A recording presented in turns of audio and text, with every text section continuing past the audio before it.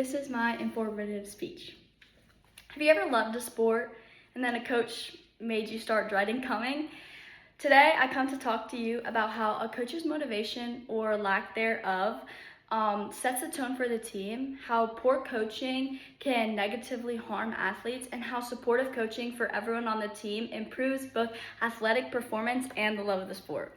After listening to this, I hope that you can recognize the difference between effective and ineffective coaching, and how motivation from a coach can affect how hard athletes try, how confident they feel, and whether or not they continue to love the sport that they once did.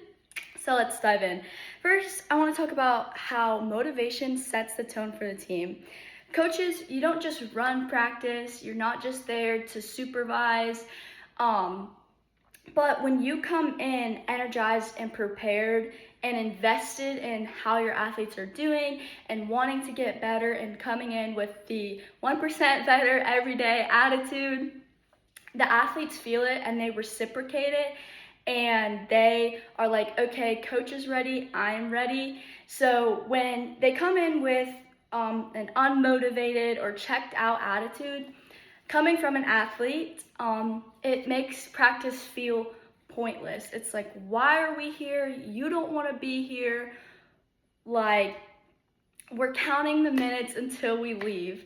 And as someone who really wants to improve in their sport, I hate that I want practice to end, because deep down I don't. I just wish that my coach would be supportive.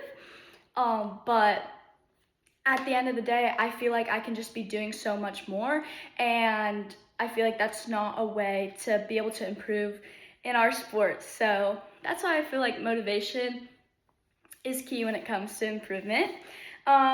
Next, I want to talk about how athletes could be harmed by poor coaching. Poor coaching can seriously harm athletes, especially coming from a sport like cheerleading or gymnastics, somewhere where you're relying on someone else to catch you, or you're relying on your body to keep you safe.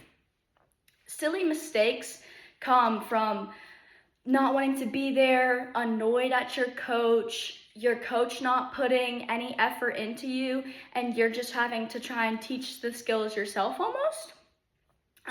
Which can lead to dangerous injuries, and then you have to be out of your sport, which then it's hard to get back into. Not only physically, but mentally, I feel like it damages self-esteem. Athletes start to doubt their self-worth and athletic performance, and I feel like, especially in this day and age, athletes put a lot of their confidence through their sports, and when they're not doing well in their sports, you can see their confidence start to dwindle. So I feel like coaches have an obligation to help put that self-esteem and help them not have the athletic performance decide their day or happiness.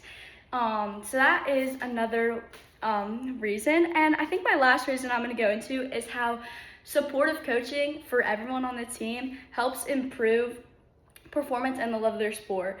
Having that coach that supports you changes your experience. If they just wanted to do the sport because their parents want them to do sport, or they just wanted to join the club, it helps them like, okay, maybe I could actually do this sport long term. I believe when they are confident in themselves, they rediscover that joy that that sport brought when they first discovered it. And I feel like that's super important when dealing with something that needs that much hard work. So ultimately, with that being said, I hope I gave you an inside look to the result of many athletes losing the love of their sport. I talked about coaches' motivation and how it sets a tone, how poor coaching can negatively affect athletes, and how supportive coaching can improve athletic performance. So now you can see how keeping motivated as coaching and positive coaching help athletes keep the passion of the sport they love. So let's be the change these young athletes need. So thank you.